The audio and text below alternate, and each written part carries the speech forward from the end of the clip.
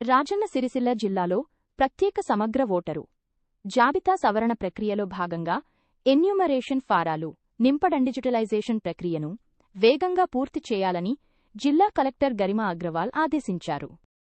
శుక్రవారం జిల్లాలోని వివిధ ప్రాంతాలలో జరుగుతున్న ఎన్యూమరేషన్ ప్రక్రియను ఆమె స్వయంగా పరిశీలించారు.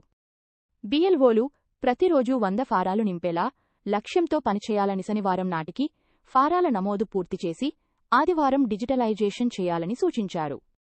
వెనుకబడిన సిబ్బందికి సహాయకులను నియమించి ప్రక్రియను త్వరగా పూర్తి చేయాలన్నారు. ఈ పరిశీలనలో డీఆర్ఓ జయశ్రీ ఆర్డీఓ కుమారి పాల్గొన్నారు.